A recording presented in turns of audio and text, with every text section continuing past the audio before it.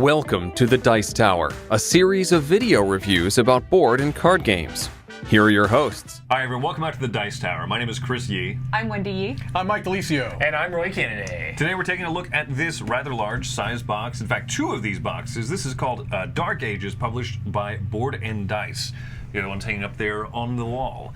Do y'all want to go visit the Dark Ages? Boy, do I! Ooh! Sounds terrifying. Rats. Lots of rats. Oh, but there weren't rats in this game.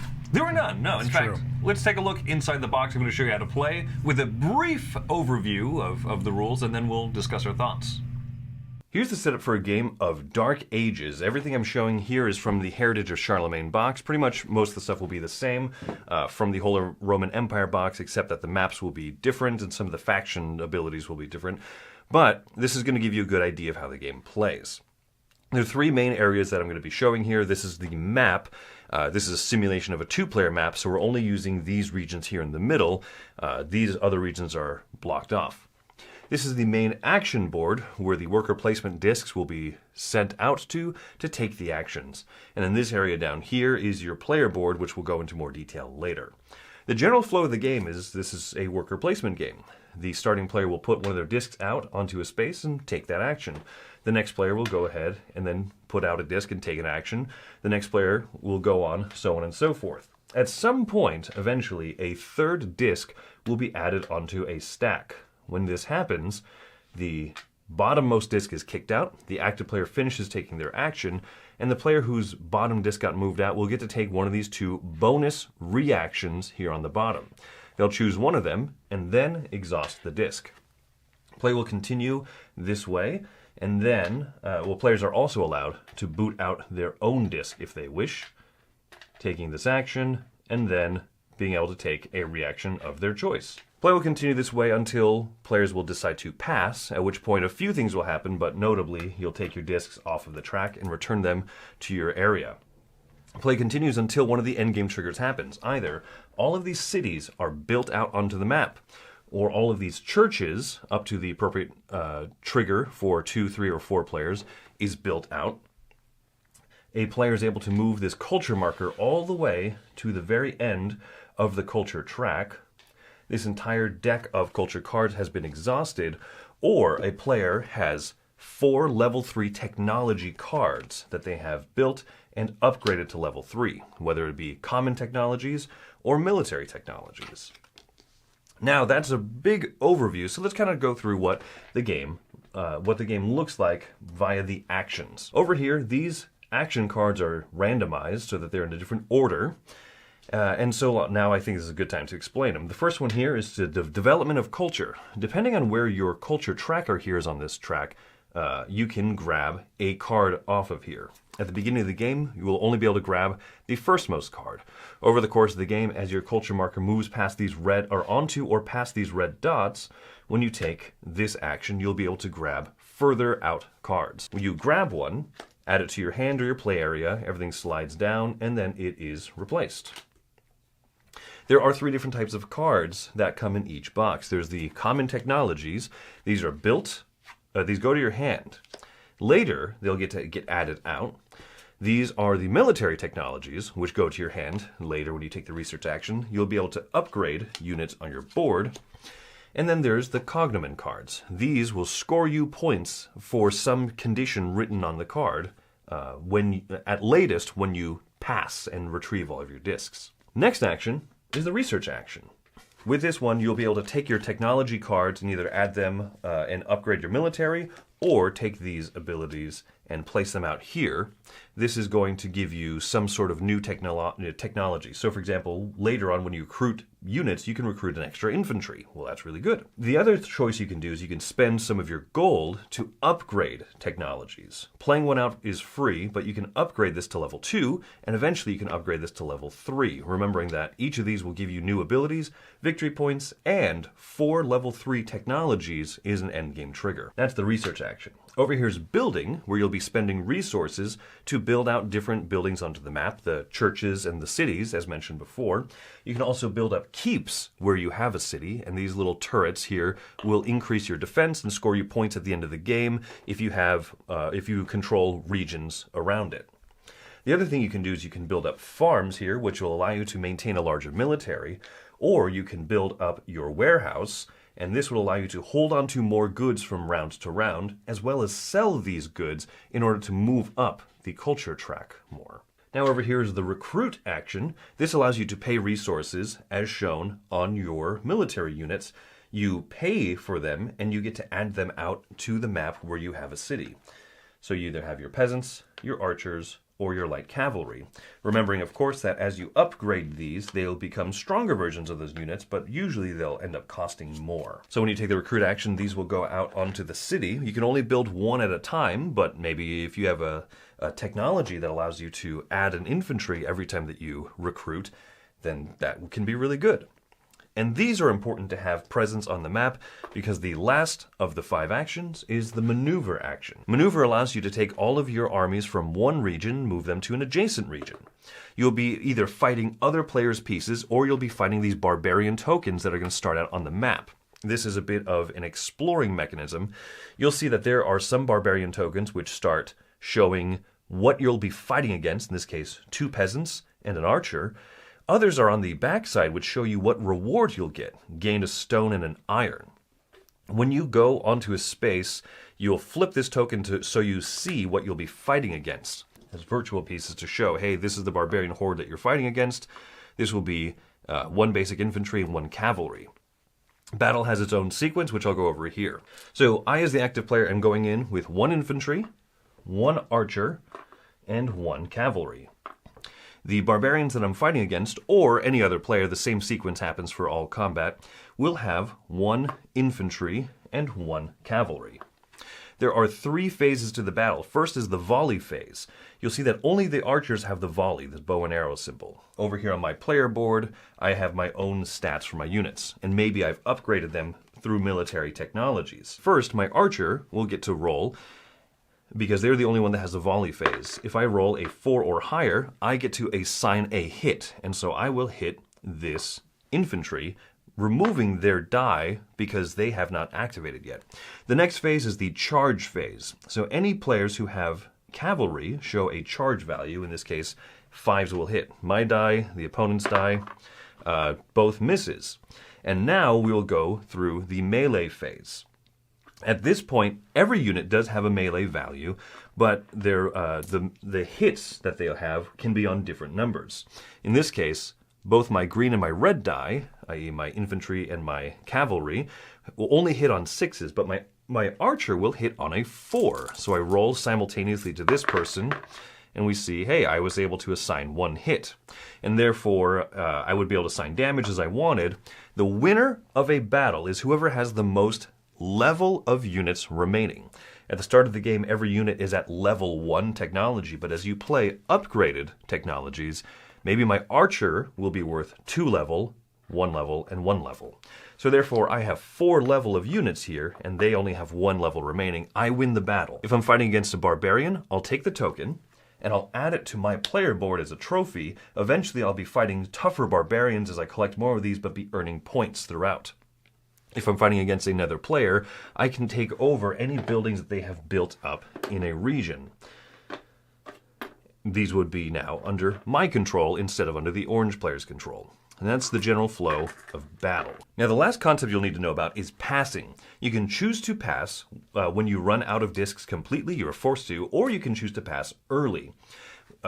Why would you pass early? Well, one of the important things that can happen when you pass is first, you check to see if you have control of a territory and can therefore gain one of these title cards.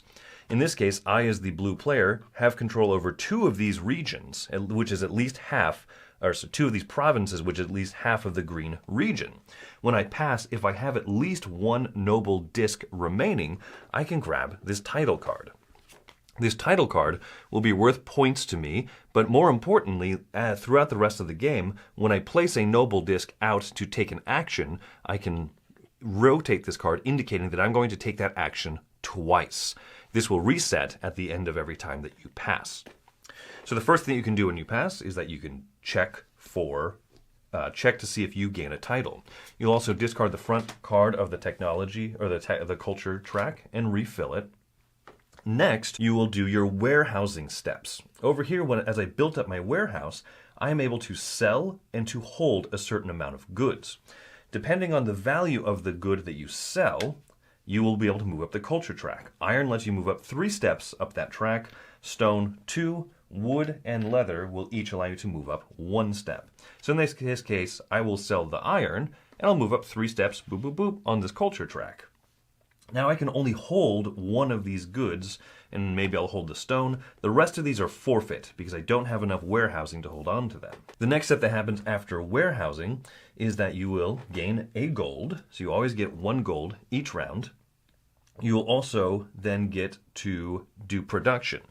The reason to have cities out on the map is that there are different production buildings that are built. When you do the building action as well, you can also choose to build more of these production buildings based on what that region naturally produces, or you can pay a little extra to maybe build a production building of a neighboring territory, but you'll have to pay more wood to do that. In this case, I'll be able to produce extra wood and some stone.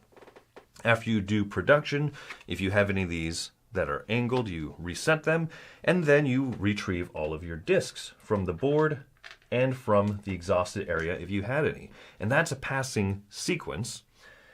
You will then continue playing, as I said, until one of the endgame triggers. You will then count up points, and when one of the endgame triggers happens, every person is forced to pass, and then we'll play out 1 more complete set of discs, and then the game will end. Whoever has the most victory points from having fought the barbarians, from having titles, from having leftover gold, from having cities with production buildings, for having keeps, for moving up on the culture track, there are smaller points here shown, for building up more of your farms, which these allow you to both have more military units out on the map, but also to get more endgame points. You also score points from the warehouse. Once you build it up to a certain level, you'll be able to get endgame points from here. The technologies you build will also have points shown on the side, and then churches will have scored points throughout the game. Whoever has the most points is the winner.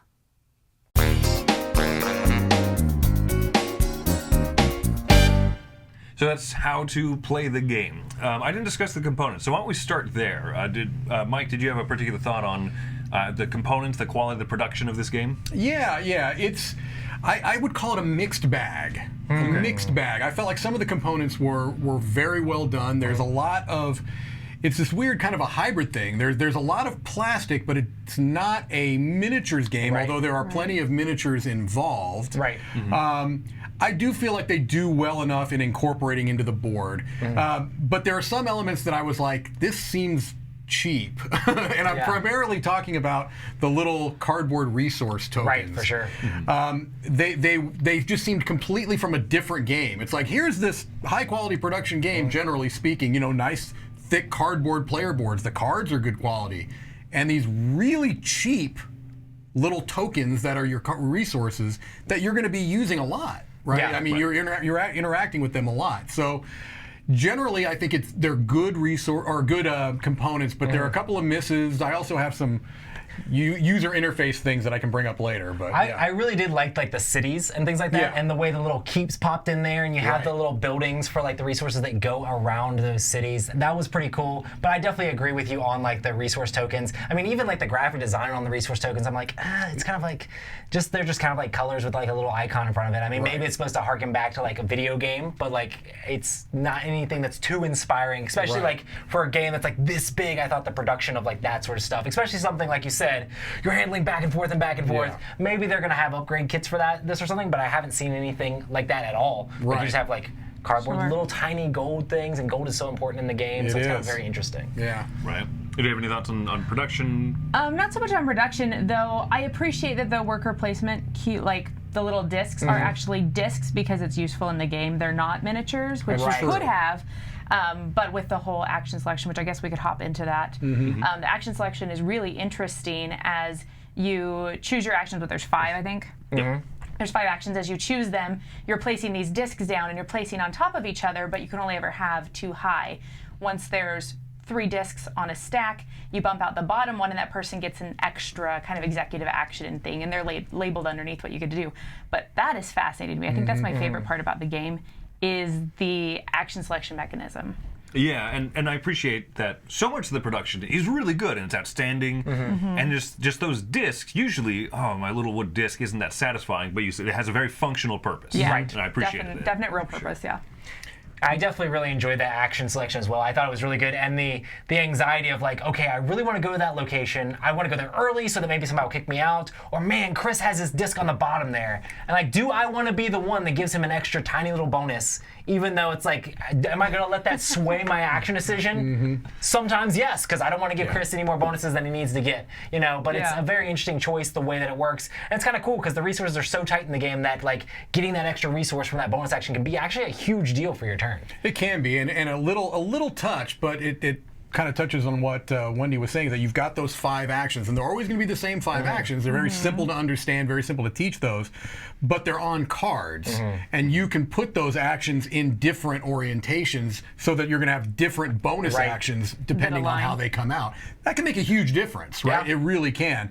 That could be a good thing or a bad thing. I do think that there are some kind of layouts that work better than others. You know what I mean? That for sure. Yeah, where there's more synergy or less synergy between the main action and the bonus actions that might come out.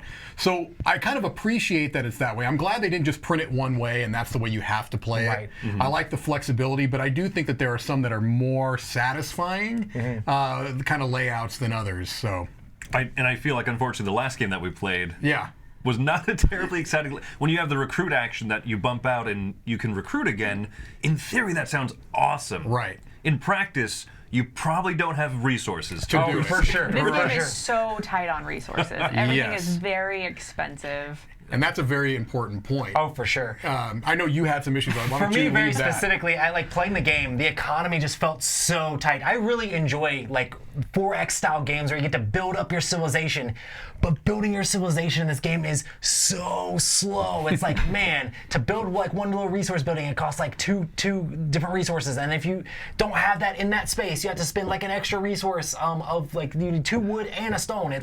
It's very hard to like get these engines going, and I feel like almost everything could be cut in half in this game, and it would speed the game up a lot for like the time frame. Just because like it's so hard to play like things out. It's like, man, I don't want to pass early because I want to take my actions, but I'm so starved in resources. But I get resources. If I pass, then I'm going to lose them because I need my warehouse to hold them, but I don't have time to do the build action. It's so tight. It's so tight on that resource economy. The warehouse really frustrates me because you have such limited resources at the beginning of the game, and you have to choose, am I going to build anything in my economy, or am I going to build up my warehouse so I can grow my economy? Right. It's so frustrating. It is. Did you mention how the warehouse works at all in the overview? I did, yeah. Okay, good. Yeah, I just wanted so we have that context because I agree with you 100%. I understand the idea of decisions that are, difficult to make, and sometimes that's something you want.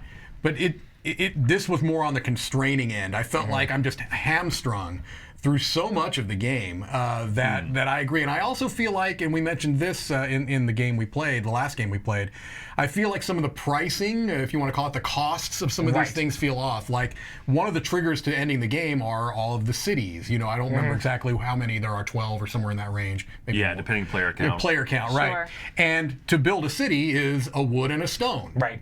And it's this big structure too. It's like this really big piece of plastic. Right, and that is, that's a big deal. Not only is it an end game trigger, but it's it kind of is. You need that to get your production built up.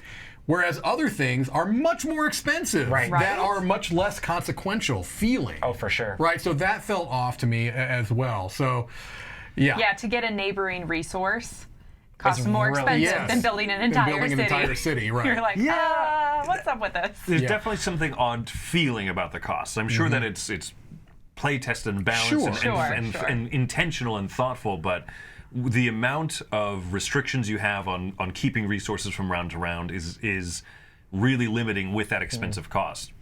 And Roy said you could cut all the costs in half and I'd be so much happier, But I do really like the warehouse mechanism. That's one of my favorite parts of the game, actually. I'm a slight disagreement with you, but that's because I always tend to invest early in it because I want to be able to hold resources over from round to round. Right. I love selling them to move up that track. For sure. That's one of my favorite things to do, even if I've never won this game yet. I'm going to move up that culture track because it's awesome.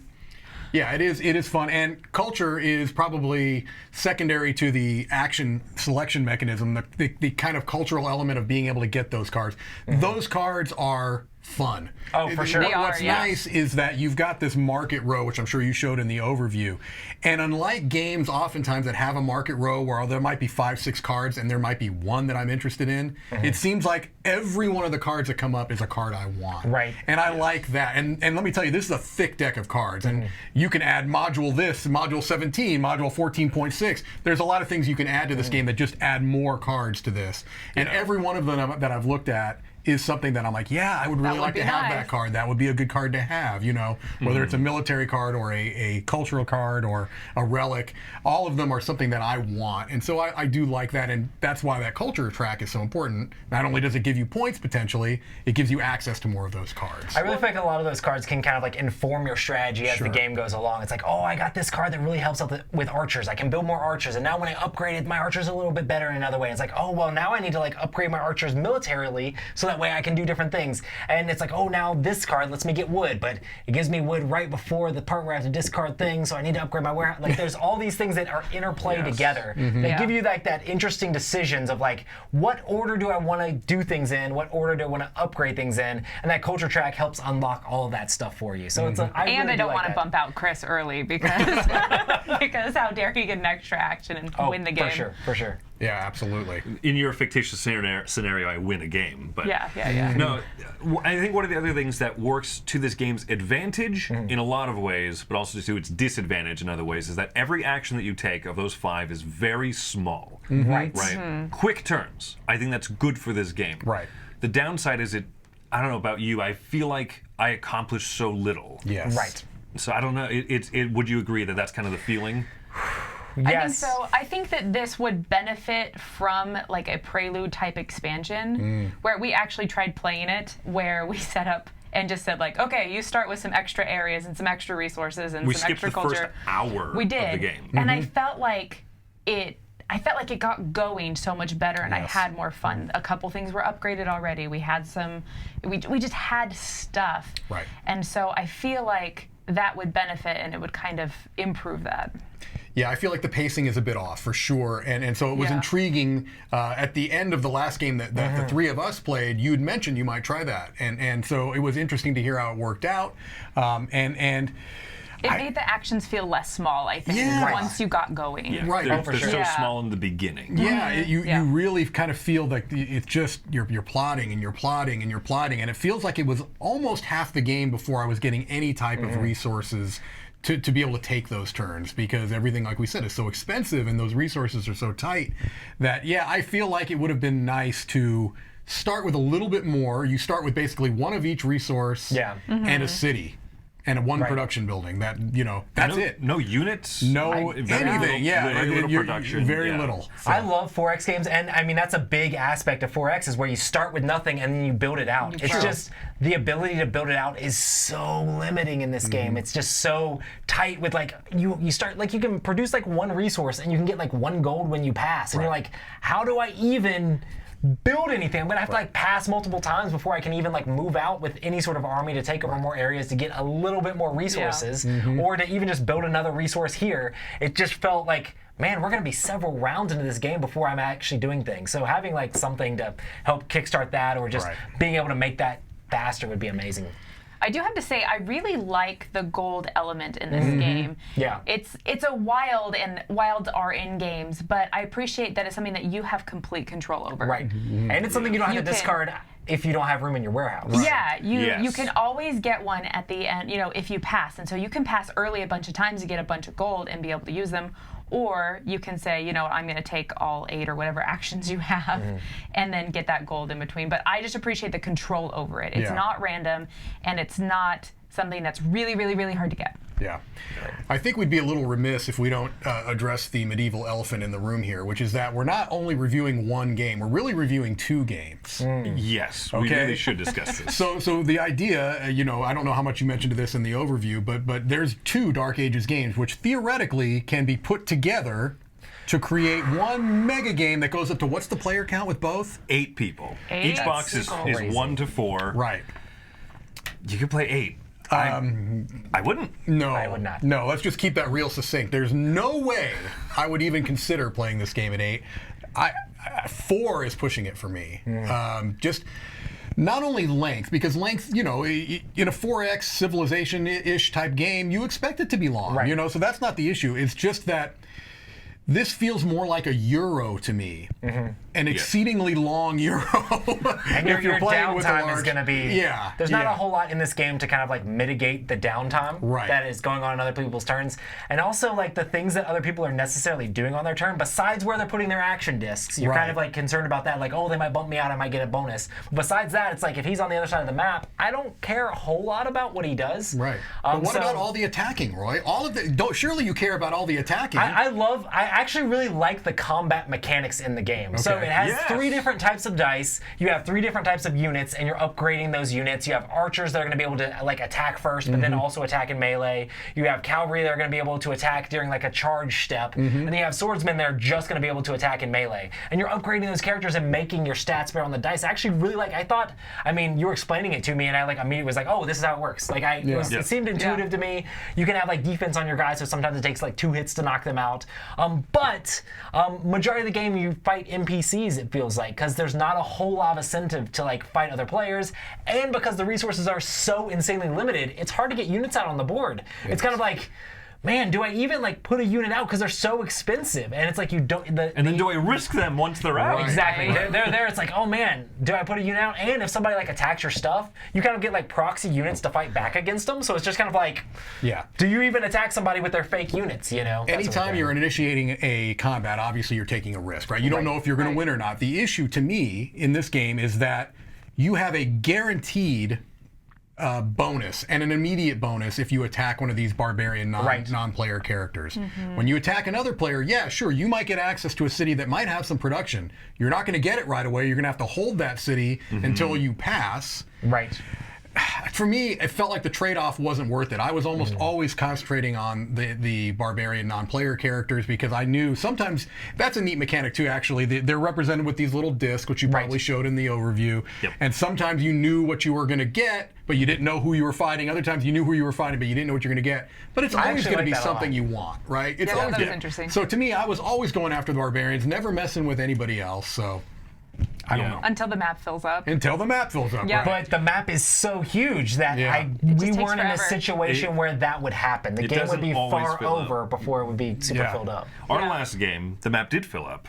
And then I did lose a pretty crucial city to my scoring system. Right. So the combat is not inconsequential, but I feel like it's too... It'll take too long for it to be worth it. To say I can produce enough units that if I lose 5 of these people... Okay. Right. That is not a risk you take early in the game at all. That's another thing to where I'm just like, man, I wish all the costs were cut in half.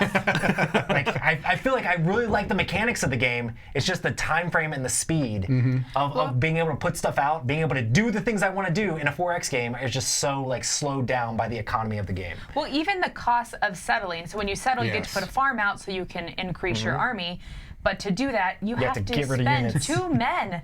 And that, like, each man takes an entire action plus 2 or 3 resources, which are very hard to get. And so you think, like, how many turns, how many rounds did it take me to get those 2 guys?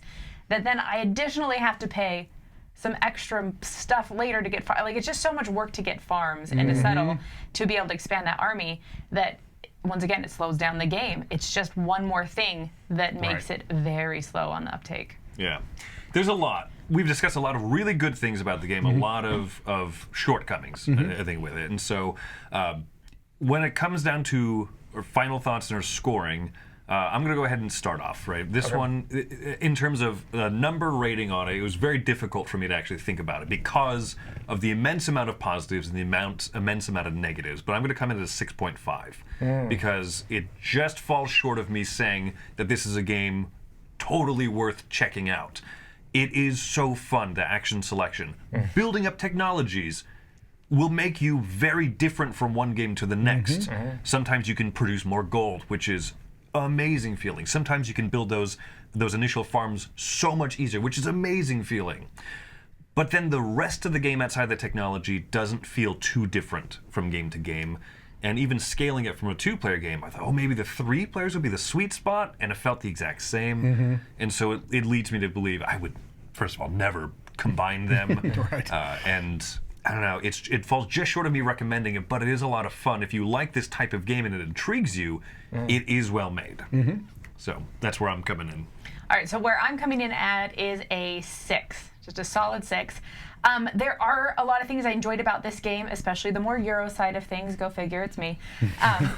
But I thoroughly enjoyed the building up the technologies. I felt as you upgraded all 4 of them, you started to really feel like you were almost breaking the game. I was like, oh my goodness, if you can synergize them, wow, I feel like I'm too powerful. I feel like this was too awesome of a move. And so I find that to be really, really fun. But then, like Chris had said, like the rest of the game didn't really speak to me. It didn't sing to me that much. The resources, the cost, the slowness. I think the most fun that I had was when we sped everything up and started kind of halfway through a game. And then I felt like I was at the part where I could have fun. Right. And so I give it a 6. Too long of a journey to get there to the fun. Okay. Yeah, I'm right with you, Chris. This is like right on the doorstep, so I'm going 6.5. I feel like it has too many issues for me to recommend it. Because it's also, this is a big game. There's going to be a bit of an investment there, not only financially, but with time and learning the game, and setup and teardown's no picnic either. We didn't bring that up. That there's a lot involved there. The highs are really high. Like, I think that action selection system is great. I think certain things that it does are really good, which we've discussed. But there are just some issues that make it to the point where I can't give it a blanket recommendation. I feel like there are so many caveats. Right. I think there are some people that I'd be like, you will love this game. Right. But many people, no. It's going to have these issues that are going to kind of get in your way. Pacing issues, the cost of things seem a little bit off. But I'm with you, Chris. If it sounds interesting, if the overview sounds interesting, if the things that we talked about that were positive sound good to you, you should definitely try it. Yeah. I just can't wholesale recommend it. So 6.5. I want to, but I can't. I'm actually at the same spot. I say 6.5 also. Yeah. I'm the outlier. Yeah, I know. It's interesting because I really enjoy games with the resource management and building up things and using those costs of resources to build up your civilization and to do all those things. Those are the things I love in some of my very favorite games. The thing that holds this game back for me is literally just the speed that you get to do that in. It feels like an older game for some reason. That's a good point. You brought that up. It feels like a game that was from back in the day. It feels like a game I would take off my uncle's shelf and dust it off and set it up. Right. Because this old medieval game. But it was still it had a lot of really enjoyable parts in it. I really like the combat. I really like the tech stuff. I really like building up the stuff. I just wish it was all faster. Yeah. I don't even think it necessarily needs to be streamlined. It just needs to have things maybe have more actions or have less costs to things or start the game halfway through where you're starting at the fun point. A game should be fun from the beginning. Yeah. And I enjoy the game, but definitely not enough to go back to it unless those issues were somehow fixed in an expansion or in something different. But as the game stands, 6.5 for me. All right. So yeah, it sounds like we're all right around the same level. Yeah. Good thoughts on that. So that is Dark Ages. Now this is a blanket review of both of the boxes because there's almost no difference, I think, between the two of them. Very little difference. Very little. There's one type of card that's different in the main deck, and then there's a few modules that are different between them. But overall, I think if you've played one, you've pretty much played the other. How to play the other one for sure. Yeah. Okay. All right. So that's our Dark Ages review. Thank you for coming by. My name is Chris. I'm Wendy. I'm Mike DeLisio. And I'm Roy Kennedy. Thanks for watching the Dice Tower. Have fun avoiding the rats.